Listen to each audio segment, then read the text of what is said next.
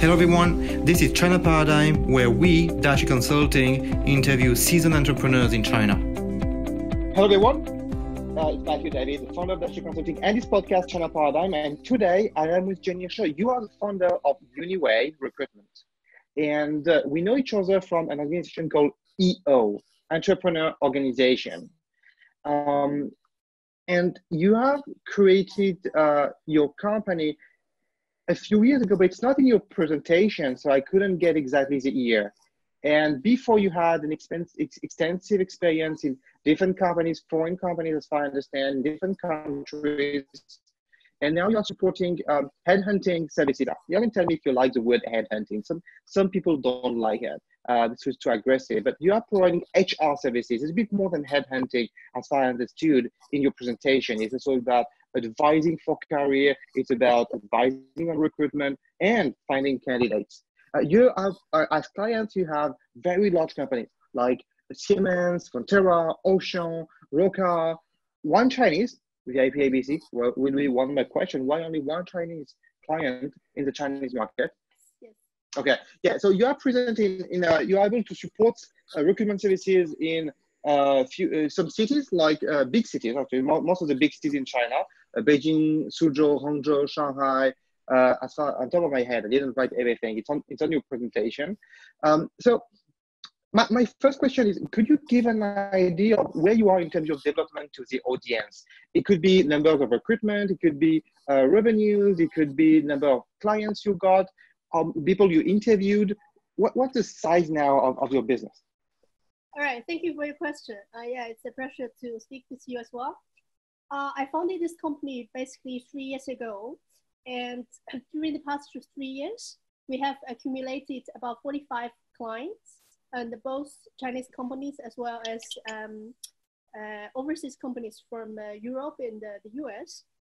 Frankly speaking, the majority of our clients from Europe, like France, Netherlands, UK. And currently, we're also growing our client base with more Chinese companies due to their market needs. For instance, in the past 6 months, we have acquired 5 new local Chinese companies where they're growing with huge growing potential. The majority of their positions have come from the e-commerce function. Okay. And currently, we are still a small team with 5 full-time consultants. And we're aiming to double our team members by the end of this year.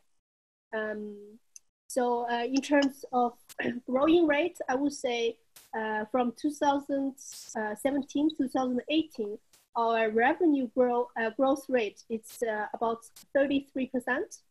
And we are aiming to maintain at least this growth rate this year, or with a little bit of more aggressive, growing rate. I see. Talking about the Chinese clients was one of the questions in your presentation. You are mainly talking about VIP ABC or ABC VIP. I never remember the order. That's the only Chinese clients you are mentioning. When you work with Chinese clients now on e-commerce, you said mainly, is it to recruit people for global expansion, or is it for local managers? Because I feel that my understanding with your presentation is that your key asset, your key positioning is to be international, to be able to recruit for foreign companies in China, or to be able to bring in international talents for Chinese companies. Could you tell us more if it's the case, and if you see something happening in China recruiting international talent, local companies recruiting international talents? In terms of client acquisition and selection, I would say we don't have any preference on either Chinese or Western companies. It's mainly due to the needs of the market. And recruitment business is also very much a relationship-based business, right? So we got, last year we got 77% of clients are referred by our previous clients. So if we have already a very big base of European companies, so it's very natural for us to get more referrals on that side. So the VIP ABC is actually the first client that I worked with. the first year when I founded Uniway Recruitment. It is, I would say, in terms of methodology of working with the companies, there's no much difference. It doesn't matter if they're Chinese or they're Western company. It's just, probably the needs of the talents, the direction of selection is slightly different. For European companies here in China, mainly they targeting bilingual candidates. And for local Chinese companies, sometimes they don't have the language requirements. It's mainly focusing on, qualification on technical side. So yeah, that's probably the difference. So you mean when you work with Chinese companies, you are working for the local market, right? Yes. Okay, I see. So how do you explain that European clients are most of your clients? Does it mean that they are more used to externalize recruitment? To partner with a headhunter or HR service? How do you explain that? Well, basically the reason why people come to recruitment company or headhunting company for a couple of reasons. First of all, they may not have the right type of resources. And the second, they want to save the time on hiring process and improve the efficiency. And the third one is, of course, enjoying the service to share industrial knowledge and the marketing intelligence. Because for headhunting companies, one of the benefits that we have is because we're not just talking to one or two companies, but we're talking to all the competitors of our clients. So in this case, we'll be able to offer them the marketing intelligence, including the compensation benefit system of their clients, of the competitors, as well as the directions of the candidates, where they're working, why they're choosing certain specific companies. So those know-how are very important for our clients to know. And for instance, for the compensation, the benefit structure, if they already have this information from other competitors, it's going to be very useful for them to define or to adjust, their own compensation and the benefit structure to attract the target talents. Yeah. I see. But isn't it a problem to work for competitors? I mean, on some advertising agencies, for example, advertising agencies will not work for one car maker and the other one. They have to choose one or another. Or they have to buy another agency which is independent to be able to have them as a client. Your clients are seeing the fact that you are able to work with their competitors or people in the field, other companies in the field, as an advantage or as a potential risk? Well, I would say when we work with our clients and based on the effects of the successful placements, if we analyze who are successfully selected for the clients are mostly from the, directors with the direct related industrial backgrounds. They work for the same industry because that's social hire. The clients wants to utilize their experiences directly instead of probably, spend 2, 3, 4 years to train them up. So that's the majority of the cases that we work on.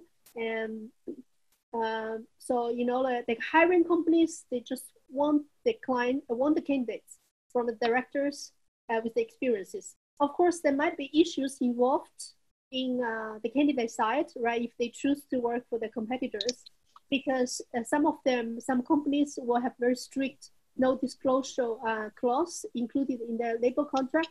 But then this very much depends on the previous company, if they're very strict on the clauses of not working for direct competitors or not. This one, I would say the solution for this is case by case. Okay. But it doesn't seem to be like picky as other industries where they really cannot. Well, I would say all our clients are very picky when it comes to choose the right candidate. They all want the best candidates from the market. Yeah. They all want the top 20% of the candidates, because that's what they pay for, right? They pay for a recruitment service. Yeah, sure. Yeah, I mean that picky to not to work with some industries cannot at all. You said that referrals are a big driver for your growth. How do you think there is a bit of scalability in referrals? Do you think there is something you can build in order to speed up the referrals, to refer you more clients and so on, your past clients? I'm sure, as part of EO, I'm sure you have heard about scalability of this way of getting clients. Have you found something which works? Well, I would say client referral is very effective. For instance, we used to work with AXA Group. It's one of the biggest French insurance group in the world. So the client was very, very happy with our service. And then he referred the whole companies under AXA Group in China to us. So I would say it's very effective because it's a warm and a trustworthy introduction from the existing client. So, and that's also one of the strategies for us to gain more clients. It's by referral. And until date, as I told you, 77% of our existing clients are referred by our past clients because they are happy with what we have done for them. And for our company, of course, our mission is very simple. It's basically to help our clients to improve their hiring efficiency and the quality. So once we can achieve that, and we make sure our clients are happy, they are happy to refer clients to us as well. Yeah. But referral is a bit random. How do you think it's possible to systematize? Have you find a way to systematize? Is it maybe to meet with them every month to make sure that they have thought about new opportunities for you? Is it to interview them on a video or to make them talk in a conference you organize? Have you found or thinking about a way to leverage those references? I think for a business at Dash Consulting, it's very random when people recommend us. It can happen. One time it happened in a flight, in a plane. One client was telling us, we were asking him, how did you know us? Oh, so while on the plane next to me, we were talking about market research consulting, and said, Dash Consulting work with them. And they're pretty good. And we got a referral, but how can I scale that? Is it a concern for you, or you are pretty happy already by the fact that it's random, but because the growth is here, you don't really ask yourself questions, maybe? I don't know. Well, I share your pain and also I share your experience as well. Well, for us, we have a standardized client screening process as well. It's like the same, we screen our candidates. So for us, one of our core values is quality, meaning quality of clients as well as quality of the candidates, plus, the quality of our work, right? So we do visit, we do a pre-analyze of the clients and ask a lot of questions, including the vision, the strategy, the business model, and what type of candidates suits them best, if they have very scientific talent management process in position.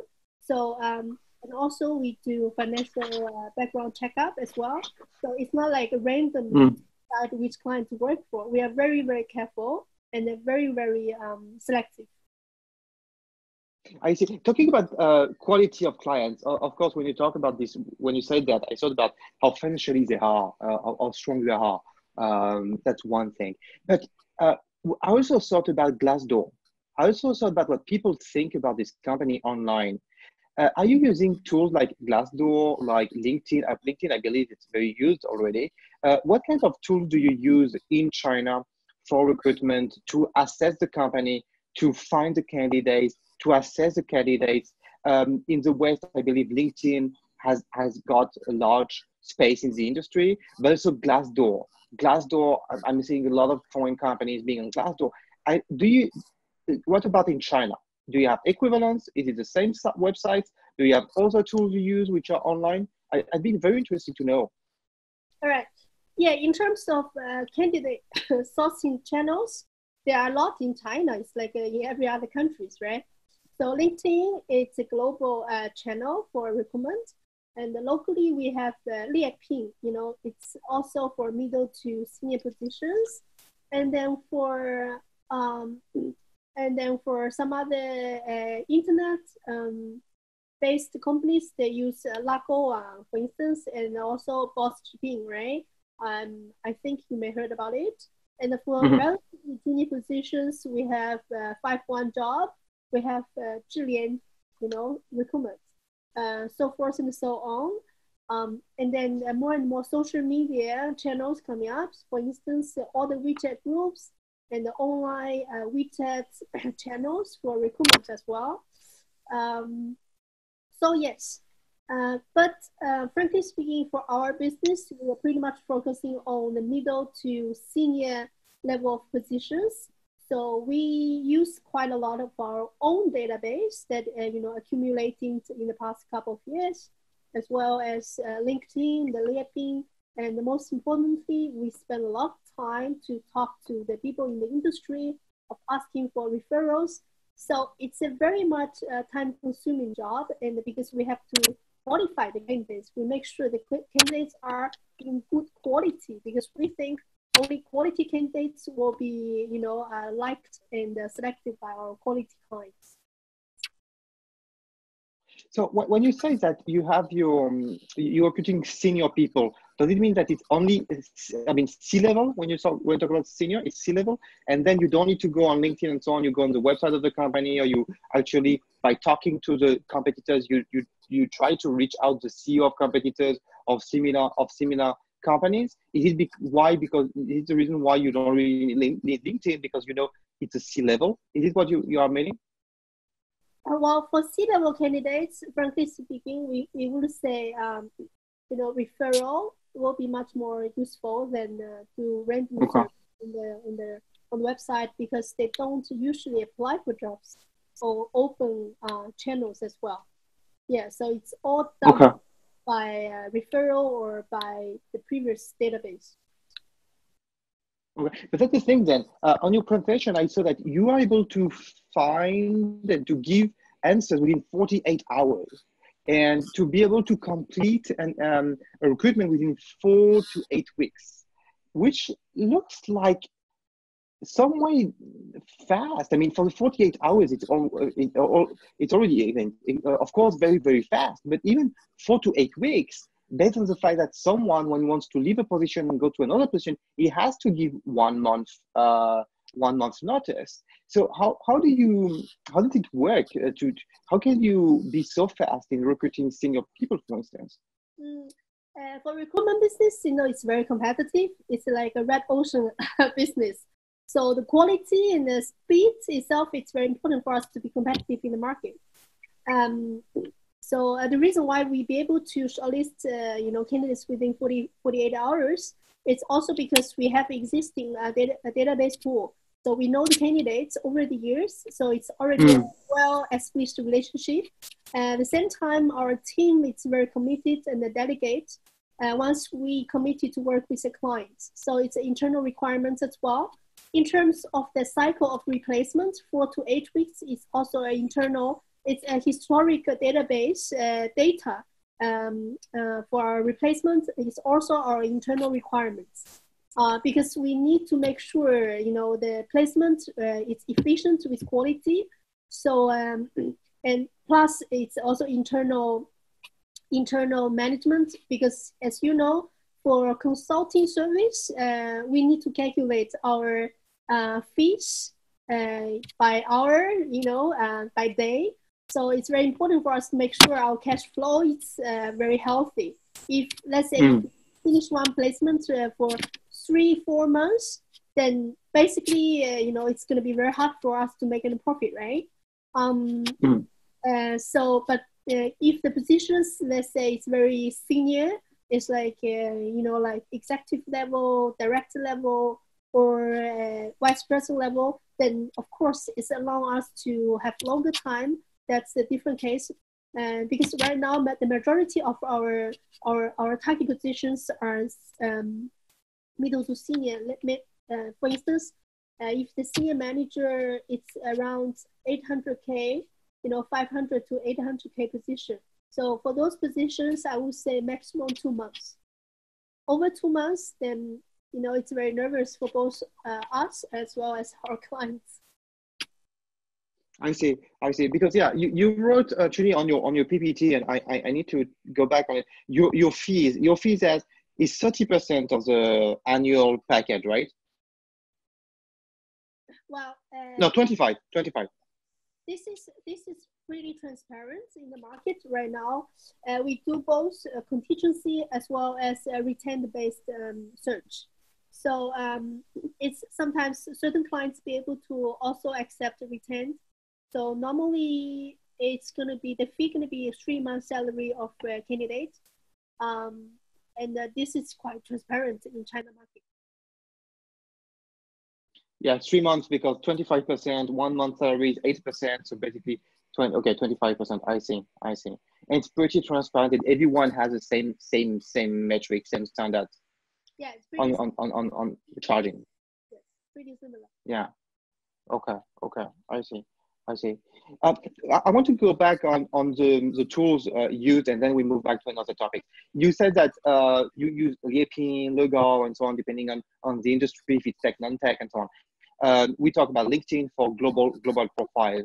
You didn't mention any website which is also helping you to understand the companies, like the culture, like Glassdoor. Do you have similar websites which help you in China to frame the company, to know if the company has a good reputation? What website would you use? Okay, so China right now we have the website. It's pretty new. It's called Qi. It's to check the background of every company, because every company is registered, right? Legally. Yeah. So we can go through to see if there's any lawsuits involved. Like if the employee to go to suit, everything will be recorded in the system, which is transparent to everybody, to the talents, to suppliers. But for us, because in the recruitment business, the beauty is, we have a wide connection of people, of talents, of clients. So it's very easy for us to do a quick reference. On top of that, of course, we visit every single client to also ask questions to qualify them based on our experiences as well. So once we have long time accumulation in the industries, we also be able to easily reference check on the companies. I see. What we talked about in terms of reputation of companies. We saw in the press that 996. You work from 9 to 9, 6 days a week, and so on. Is it currently in the market? Is it a comment you see online and you see from your candidates, you see from the companies? Is it a standard in China? Is it something people don't want, so they would go more to companies which respect their life? What's your feedback on this? Is it real or it's not real? Actually, it's not really in our company, I can tell you. That's a good question, because it's pretty it's a hot discussion on the internet right now in China. I would say this is very much limited to the internet-based companies like e-commerce, but not the traditional companies at all. And it's a very company by company practice. For instance, for us, we are not encouraging, 996 working hours as well. It's crazy, right? So based on our interviews with candidates from the e-commerce platform, for instance, yes, it's pretty much 996 working hours, and sometimes it's even worse. And this is one of the reasons why candidates would like to switch platforms. To switch to another industry, not to be in the tech industry anymore. And you see that in your environment. Yes, yeah, based on the interviews with candidates in the e-commerce platforms, yes. Okay, I see. Talking about your database, so we talked about the tools, online tools. You talk about Qi, I think. I'm not sure I understood the right name, but which is a Chinese website to be able to check what information you can get, but more official information, not really reputation, actually, as far as I understand. Your own database, how do you build it? Is it one by one when you meet with people? Do you extract data from a platform? Because I imagine if you have to input all the name cards and so on, it's a very painful, very long work. How do you work to build this database? Well, basically what you mentioned is one of the methods. It's quite traditional. It's not very efficiency, but at the same time, we do data acquisition as well. So meaning we also will invest on the data acquisition from different channels as well, by checking the quality of the database. Yes. Okay, so you can buy a database. That's what you say. Yes. Okay. That's something about interesting. In your PPT, you were mentioning key account driven business model.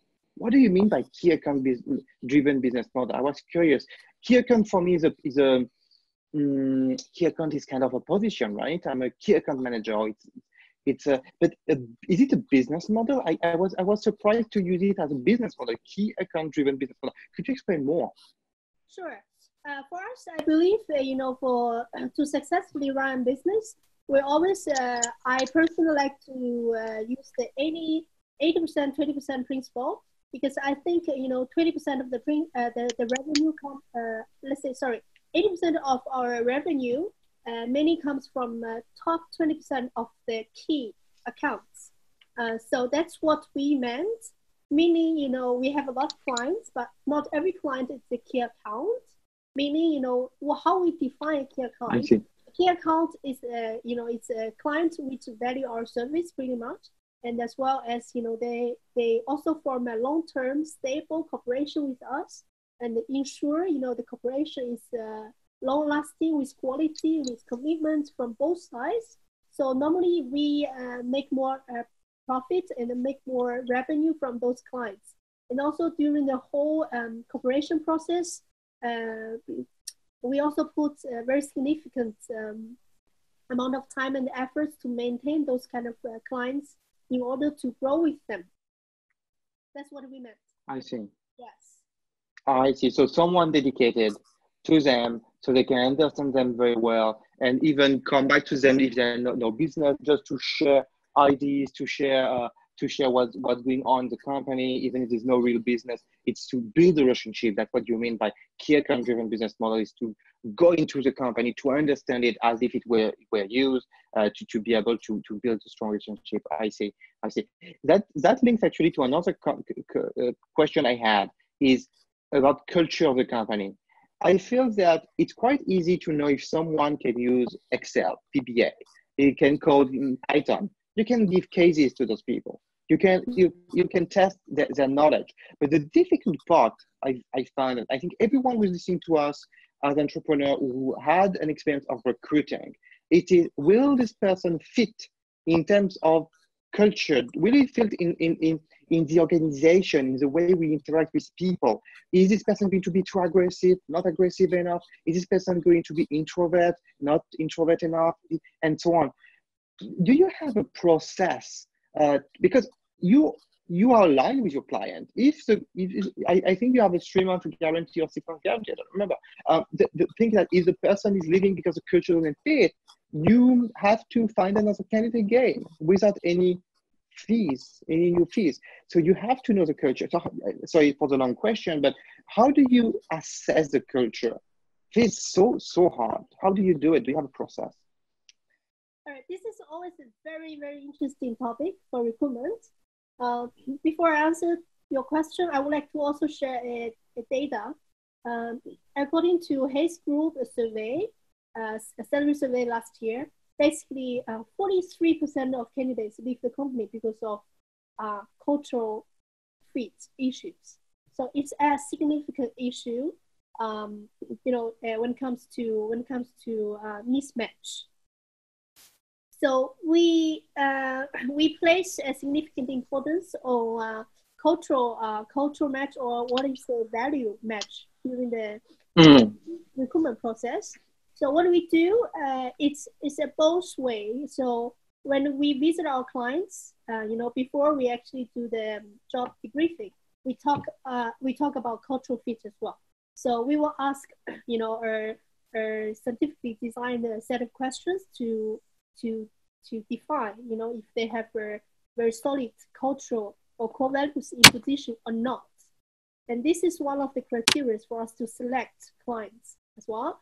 So once they have a very satisfying answer on this one, in terms of during the process of selecting candidates, we will basically align with our clients on a set of questions to evaluate the core value fit.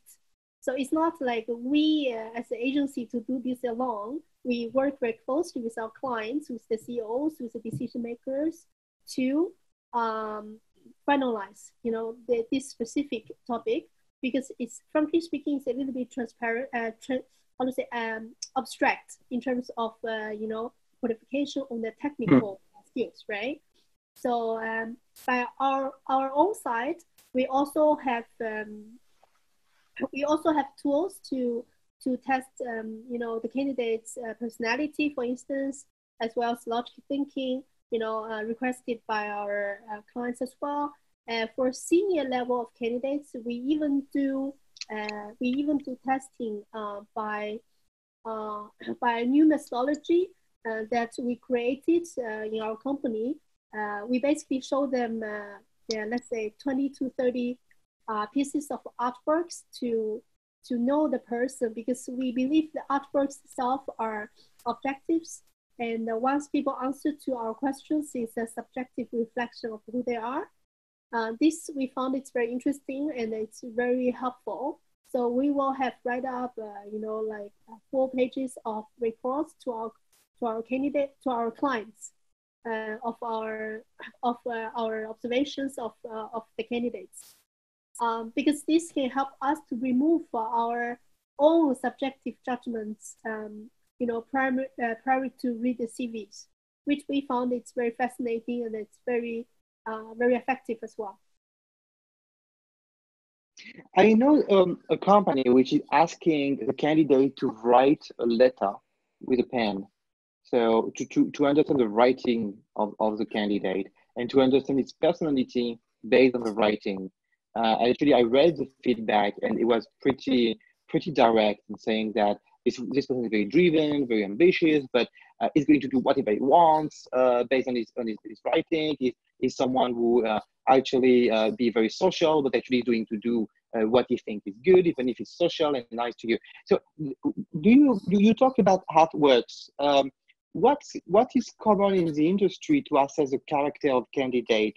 Is it the writing? Is it just questions? Is it a software? I know a software called Predictive Index, for instance. I know some Western companies are using it. You have to actually answer 2 questions. One is, what do you think of you? How do you qualify yourself?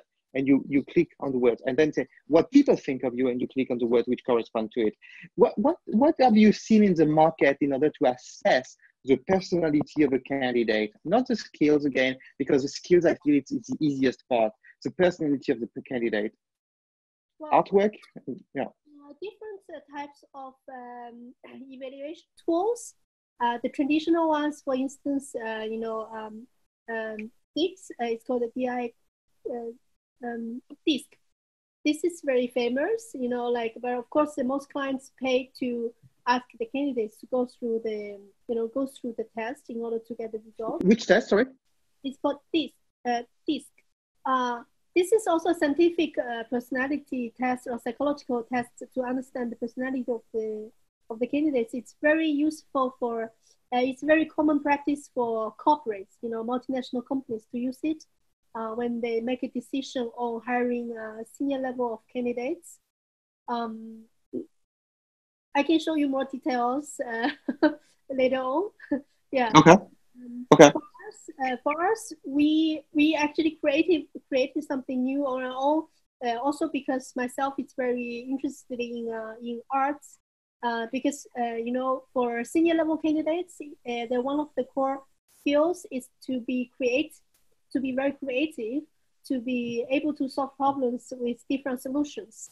So that's why we use artworks to see how creative they are and how many dimensions they are able to answer the questions. And frankly speaking, based on the historic test that we did with our candidates, we found out almost 82% of the direct level candidates, for instance, have something common. They'd be able to see both the details and also the big picture of the paintings, and they'd be able to describe them in a specific way, which is fascinating. And for instance, also for the personal assistant, or executive assistant type of candidates. And the majority of them cannot really focus on the big picture because the job itself is very much detail oriented. So when they answer the questions, it's more focusing on describing the details of each painting. Yeah. I see. Very interesting. Lovely for us, yes. Okay. How did you build this method? I mean, did you get inspiration? Did you read books on it?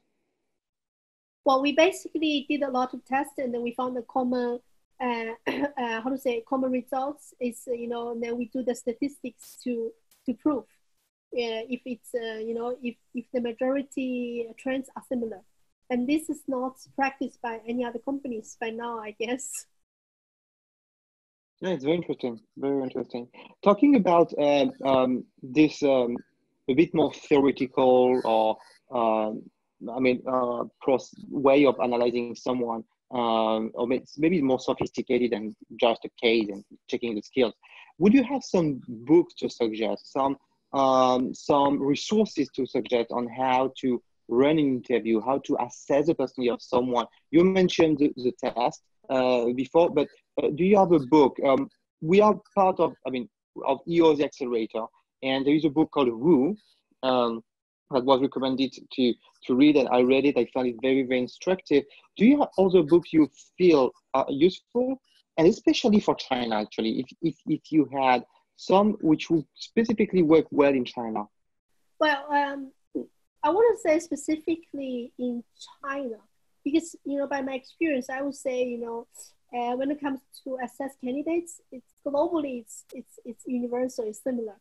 And then if I need to recommend a book, I would say Top Grading. It's a good book to follow, and the methodology is very scientific, but it takes a long time for the employer to go through the whole methodology. And it's quite heavy interviews of 2 to 4 hours to find the patterns, to find the consistency in the candidates. I see.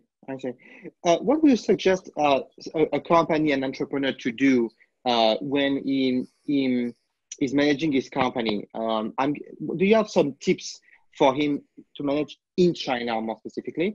I give you a couple of sharing of what I'm doing. I'm doing interviews every Tuesday afternoon. I know Tuesday afternoon I have interviews. Even when we don't need to recruit immediately, I interview potential candidates, people who apply on our website and so on, to be aware of candidates. And because sometimes you create a position because you're a good candidate, not necessarily because you need it immediately. And the other reason is that maybe you may need to recruit someone in a month. So it can be good to initiate a relationship and understanding. That's one advice I could give to someone who is asking me what has been successful in recruiting. Would you have other tips to share on recruitment besides to work with you, of course, but recruitment on managing human resources and also recruiting?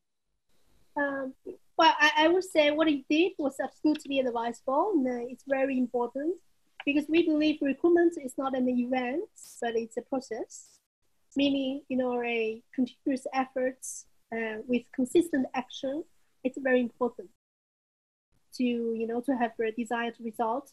And also for the companies, especially fast-growing companies, it's always important to have, someone or 1 or 2 persons to be very consistent in the hiring function to build a pipeline of the internal talents. So you were saying that it's important for a fast-growing company to regularly talk to candidates. Yeah, well, it's not really only limited to fast-growing companies, but also, for well-established companies. The reason I'm saying more focusing on fast-growing companies is because, we are all entrepreneurs, and, normally for startup companies, it's lack of a very strong employee branding, right? So it makes it even more difficult to attract, good candidates. So that's why we need to have a very strong pipeline. And when the candidates has, leave the company or something happens, and you have a very quick solution to to solve the problem, instead of leaving a situation that you don't have, a person to fill the position, for 6 months or a year's time, which can create a big damage of the business, right? That's what I mentioned. So, and other tips that what I can give on how to recruit in China, it's I would say, first of all, there are a few questions that we need to answer as the owner of the companies. First of all, is who are our target talents? Because I think for us, it's very important for us to define our talent selection criteria, meaning, who suits us best, right, at this stage of the business. Because we heard a lot of companies or, owners and the CEOs are talking to us, Jenny, we need the best candidates in the market. We need all A players in the market, blah, blah, blah. Frankly speaking, we would say, of course, every company wants to attract the A players, the best talents. But the question is, if they're suitable for our business or not at this stage. So that's why we need to ask ourselves, if it's a best suit. So I would say, the organizational self-awareness is very important as well. And this is related to the company culture, the working system. So we need to have very clearly defined company culture, as well as the whole talent management system, to maintain the talent. The second question is, okay, once we defined who are our target talent, and then we need to ask ourselves where they are, who are they working for right now. So this is the direction for us to I would say, to maximize our targeted talent sourcing channels. So for certain talents, we are sourcing, in different ways. It can be headhunt, it can be, referral, it can be, job advertising through the target channels. So that's why it's very important for us to know where our targeted talents are. So the third one is how to evaluate and attract them. I would say, if good talents, we always need to find our ways to attract them. Then we need to also have a very. Let me go back to the question number 3. I think the question number 3 is how to evaluate and attract the target candidates. We would say, once we are clear of who we are as a company, then it's very important for us to have a very professional candidate screening process, to make sure we have the right tools in position to evaluate the candidates of what we want based on our talent selection criteria. And so it's, to attract talents in China, according to the statistics that we had, there are mainly 2 reasons for talents locally to leave the jobs. The first one is cultural fit, meaning many, they're not very happy with, with the line managers or the working system. The second one is they're not very happy with the, package, salary. Many, let's say that's up to 70% of candidates leave the jobs for these 2 reasons in China. And I think, the owners and business owners, line managers needs to bear this into consideration. So during the interview process, it's very important to also identify, what the candidates are looking for, what motivates them most, why they want to switch jobs, and why they are specifically interested in your company. Yeah, so questions like this are very important. So number 4 is, once we successfully attract the candidates, once we introduce the candidates to our company, how to develop them, how to retain them. So this is also a very, very important topic. We would suggest to say, all the companies need to have a scientific talent management system in position. This one normally linked to the monetary and the non-monetary motivational system, rewarding system. meaning, compensation benefit system is not just about money. It's also about non-financial tools to recognize the talents, to rewarding them, in a different ways, to pay attention to the personal development instead of, only focusing on the professional development.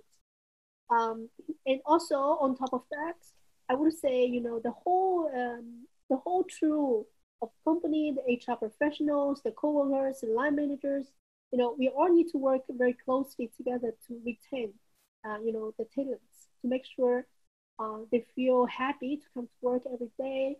And of course, this is a continuous efforts, of. I see. You help your clients on all those sides? Well, basically speaking, depends on what type of clients they are. Normally, for the fast-growing companies, which without solid compensation benefit system, we will additionally provide consultancy service on this part to make sure they are aware of the importance of designing, the system in position, and even before they start to recruit, the talents. Because during the interview, it's very important to make sure the candidates know how they will be developed after they join the company within the next 5 years. I see. You mentioned in your PPT, in your presentation, PDF actually, under your logo, your reliable partner in China. So immediately when we see that's the word you have chosen. You have chosen to say that you are reliable. We all immediately think then that may mean that there are many others which are not reliable. So could you tell us what is the current status in China about in your industry? What would be a not reliable headhunter? What do you have to fear as a company when you hire a headhunter? What do you have to be aware of? What do you have to be cautious of to avoid unreliable ones? I would like to say for the headhunting service or recruitment service in China, the quality and the standard is not very consistent yet. Meaning there are good, recruiters in the market, and also there are excellent recruiters in the market, and some of them may not so professional, right? So it's the reality of this industry, and also this is one of the reasons I created Uniway Recruitment 3 years ago, because we want to make a difference to be more reliable based on my own observations in the past 5 years before I start my own company. So for us, it is very important. Our definition of being available is being reliable. It's being very accountable and committed, and we follow through the whole process from the moment we make a commitment to our clients on successfully placing the candidates, to also follow through the whole probation period of probably 3 to 6 months time to make sure the placement is very solid and the clients are very happy with our candidates. For instance, what we observed is, or what we heard from our clients, just what happened 2 months ago. We have actually a French logistics clients came to us saying, they're not very happy with the existing supplier because, the consultant from the supplier does not even, evaluate the candidate, just send them, massive shortlist, let's say, 50 people without even tell them which ones are, like the target candidates. And this one does not really help the client to save time and improve the hiring efficiency. So that's why, we define our mission is to improve the hiring efficiency and also, save the cost of our clients. Even if save the time of our clients of placing candidates, it's saving the costs. So in our company, we are very much focusing on the time span as well. The shorter, the better. That's why it requires us to spend a lot of time to really understand what our clients need. So we ask a lot of questions to define, make sure before before we actually send out a short list. So we don't really shortlist a lot of candidates. Instead, we shortlist the most qualified candidates. So for this specific, we actually closed the position within only 2 weeks' time for shortlisting 4 candidates, and they chose one of the 4 candidates, and we successfully closed the case. I see. So to be non-reliable for you, as a headhunter which is not reliable, will be a headhunter which is sending too many candidates without screening and wasting the time of the client. That would be your red flag. Do you have other red flags in mind when choosing a headhunter, not to be careful of? Yeah, and some of them are not following through. You know, I think for recruitment business, by natural is sales, right? So for sales, meaning after sales service is very, very important. And for us, you know, we're focusing on a lot on the quality of service, meaning we place a significant importance on the experiences of both candidates and the clients with us through the first touch point. So we make sure we provide consultancy service to both candidates and clients, you know, during the whole cooperation period. Meaning, you know, they enjoying the best professional service from us, and you know, we make sure we answer the questions to both candidates and the clients in a very professional way, and the benefit, you know, the benefit from us, not just, you know, finding a job or finding a candidate, as well as access to the information on, let's say, how to prepare an interview, how to interview candidates, and how to retain clients, and you know, like we also give directions and suggestions to candidates how to select the job, how to select a company which is most suitable for them. So it's, you know, both ways are equally important for us to make sure, you know, the candidates are happy with the job and the clients are happy with the candidates for long-term cooperation. So for instance, some of our competitors, you know, because the company are so big, they have so many consultants, and the consultants are, you know, work on a commission fee based structure, right? So if they're not hitting target, the companies will wipe them out within 3 to 6 months time. And for, you know, the very bad experience for clients is actually many clients who have this type of feedback. It's like, okay, after 3 months or 6 months, you know, the person we work for is not working for the company anymore. So we have, you know, we have to deal with another contact window, and it's kind of wasting time for the clients as well. So for us, we are boutique firm, and we are very committed. We have a very stable team, and we make sure, you know, the team serve our clients really well in the long term. And I think this is another difference that we can make compared with our competitors. Do you see a risk as the headhunter, a company will work with a headhunter, and then this headhunter will actually in some way resell this profile to another competitor 2 years after he placed somewhere? Have you seen this practice to basically resell the same candidate from one competitor to another every 2 years? This exists in the market, but in our company, normally, you know, the common practice is that the headhunting companies, the recruitment companies will sign a contract with the clients and specifically saying a few things. Number one, during the placement process, if we place this candidate to you, to your company, we're not, you know, at the same time, we're not shortlisting the candidates to another company, let's say to competitor. That's number one. And the number two, we have also a specific clause saying, you know, within certain period of time, let's say 2 or 3 years time, we're not going to be approaching the candidates for another job, which is, you know, for us, which we think is not professional and not ethical either. So on top of that, our company actually signed, you know, an agreement with our placed candidates saying you should not approach us as well, you know, within, let's say, 2 years time for another job. Okay, I see. We are very strict on the professionalism, and we know, you know, not so many companies in the market doing this. So we are very strict. I see. It's nearly 1 hour, but I have one more question on recruitment. we see that more and more people are choosing to be independent, freelancers, to work on their own, to work from home. I think in the US it's very, very big. I read a number which is like double digit, 10 or 20%. I don't remember exactly the number. I guess it depends on which industry, but it's sizable.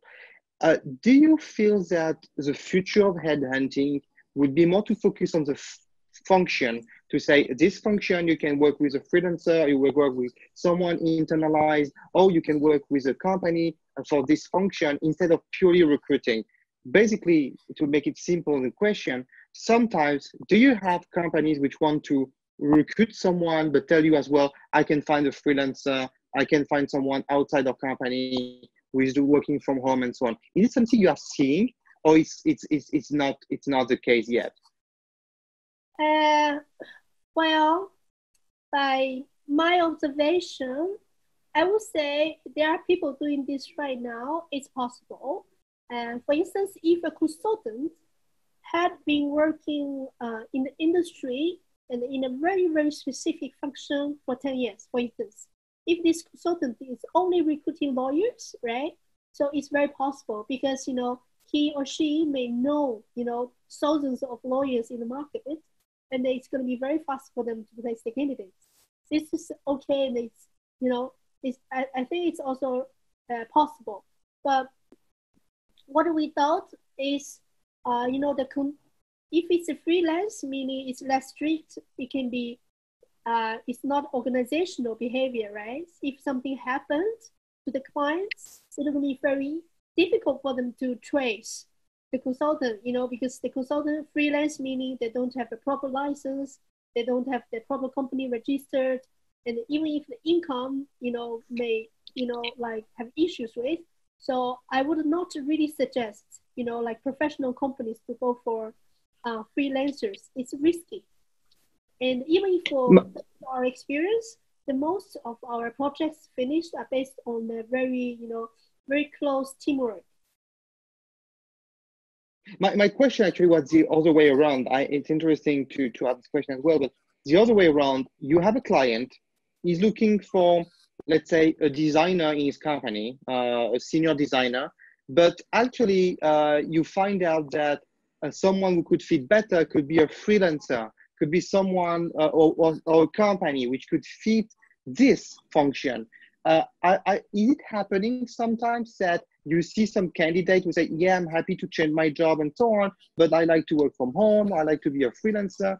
We talk about this economy where people want to work from home, want to have different private life and work, professional life balance. They want to be freelancer. And then you could take your 25% commission at the same time. It would be very similar, but just the contract between your client and your candidate would be different. Is it something you have come through? For our business, we have not really worked with freelancers or placing any sort of freelancing position. Okay. Yeah, not yet. But we have interviewed sizable candidates, especially in design positions, art director positions, as well as for a advertising company, like account directors, you know, they're very common, you know, on the resume, 1 or 2 years as a freelancer and they work on the projects. So there are sizable candidates out there for specific, or very specific job functions, and not for all the functions. Yes. The reason why we do it is we just place full-time positions. Okay, but that's not been a suggestion from companies. Companies, clients have not come with suggestions to say, I'm open to have someone in my office or outside my office. For now, the companies are still traditional, say, I want people to hire within my office. Yeah, some companies want freelancers for specific reasons, but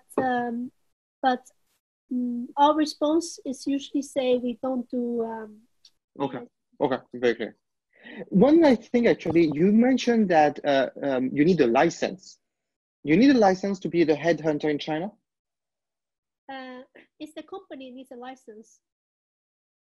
A specific license, or just the scope, the business scope? Well, it's of course, the HR license to allow you to do recruitment business. Yes. Okay, but it's a business corp, right? It's not a specific license like selling on the internet where you need an ICP and so on. It's in the business scope. It's in the business Okay. scope. I see. Okay. Thank you very much, Jenny. It's already 1 hour. It goes fast. And I hope you enjoyed it. And I hope everyone enjoyed the talk. How did you like it? Well, and I would say thank you very much. And I really appreciate this chat. And thank you for having me for this interview. I hope it's going to be, helpful and beneficial for both of us. I'm sure it is. Congratulations for what you did. And thanks everyone for listening. Bye-bye. Bye. Thank you.